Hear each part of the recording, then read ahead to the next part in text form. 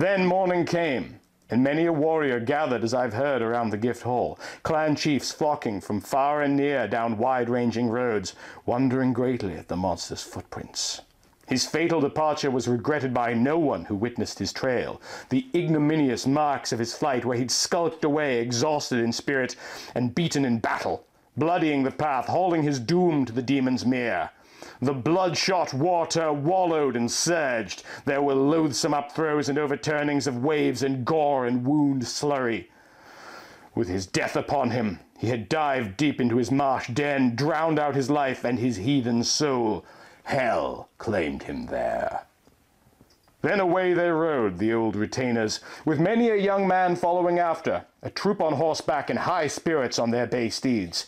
Beowulf's doings were praised over and over again.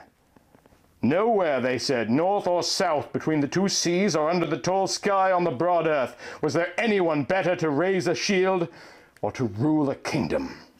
Yet there was no laying of blame on their lord, the noble Hrothgar. He was a good king.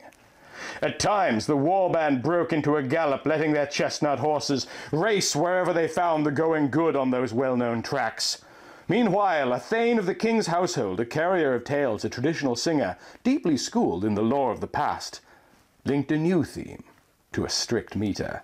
The man started to recite with skill, rehearsing Beowulf's triumphs and feats in well-fashioned lines, entwining his words. He told what he'd heard repeated in songs about Sigmund's exploits. All of those many feats and marvels, the struggles and wanderings of Wales' son, things unknown to anyone except to Fitela. Feuds and foul doings confided by uncle to nephew when he felt the urge to speak of them. Always they had been partners in the fight, friends in need. They killed giants. Their conquering swords had brought them down. After his death, Sigmund's glory grew and grew because of his courage when he killed the dragon, the guardian of the horde. Under grey stone he had dared to enter all by himself, to face the worst without Fitela. But it came to pass that his sword plunged right through those radiant scales and drove into the wall. The dragon died of it. His daring had given him total possession of the treasure hoard, his to dispose of however he liked. He loaded a boat, Wales' son, weighted her hold with dazzling spoils. The hot dragon melted.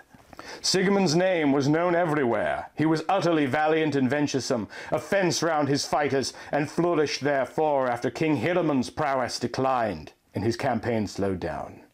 The king was betrayed, ambushed in Jutland, overpowered and done away with. The waves of his grief had beaten him down, made him a burden, a source of anxiety to his own nobles. That expedition was often condemned in those earlier times by experienced men, men who relied on his lordship for redress, who presumed that the part of a prince was to thrive on his father's throne and defend the nation, the shielding land where they lived and belonged, its holdings and strongholds. Such was Beowulf, in the affection of his friends and of everyone alive. But evil entered into Hiramond. Meanwhile, the Danes kept racing their mounts down sandy lanes. The light of day broke and kept brightening. Bands of retainers galloped in excitement to the gabled hall to see the marvel, and the king himself, guardian of the ring hoard, goodness in person, walked in majesty from the women's quarters with a numerous train, attended by his queen and her crowd of maidens across to the mead hall. When Hrothgar arrived at the hall, he spoke, standing on the steps under the steep eaves, gazing at the roofwork and Grendel's talon. First and foremost, let the Almighty Father be thanked for this sight. I suffered a long harrowing by Grendel, but the heavenly shepherd can work his wonders always and everywhere. Not long since it seemed I would never be granted the slightest solace or relief from any of my burdens. The best of houses glittered and reeked and ran with blood. This one worry outweighed all others, a constant distress to counselors entrusted with defending the people's forts from assault by monsters and demons. But now a man, with the Lord's assistance, has accomplished something none of us could manage before now for all our efforts. Whoever she was who brought forth this flower of manhood, if she is still alive, that woman can say that in her labor the Lord of ages bestowed a grace on her. So now, Beowulf, I adopt you in my heart as a dear son. Nourish and maintain this new connection, you noblest of men. There'll be nothing you'll want for. No worldly goods that won't be yours. I have often honored smaller achievements, recognized warriors not nearly as worthy, lavished rewards on the less deserving, but you have made yourself immortal by your glorious action. May the God of Ages continue to keep and requite you well. Beowulf, son of Ecgthar, spoke. We have gone through with a glorious endeavor, and been much favored in this fight we dared against the unknown. Nevertheless, if you could have seen the monster himself where he lay beaten, I would have been better pleased. My plan was to pounce, pin him down in a tight grip, and grapple him to death. Have him panting for life, powerless and clasped in my bare hands, his body in thrall. But I couldn't stop him from slipping my hold. The Lord allowed it, my lock on him wasn't strong enough. He struggled fiercely and broke and ran. Yet he bought his freedom at a high price, for he left his hand and arm and shoulder to show he had been here, a cold comfort for having come among us. And now he won't be long for this world. He has done his worst, but the wound will end him. He is hasped and hooped and hurpling with pain, limping and looped in it. Like a man outlawed for wickedness, he must await the mighty judgment of God in majesty.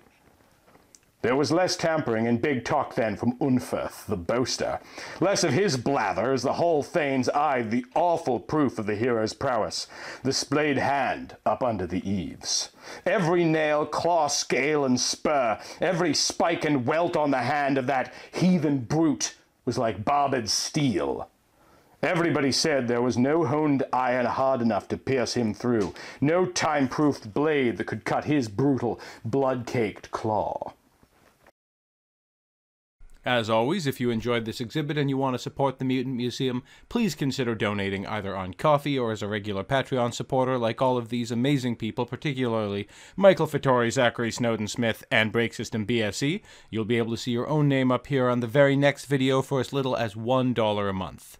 And if you enjoy my kind of content, please also consider following me on Twitter, Instagram, and Letterboxd. And also consider buying one or both of the 2 ebooks I have written. This is original creative writing by me. And in the meantime, thanks for being you.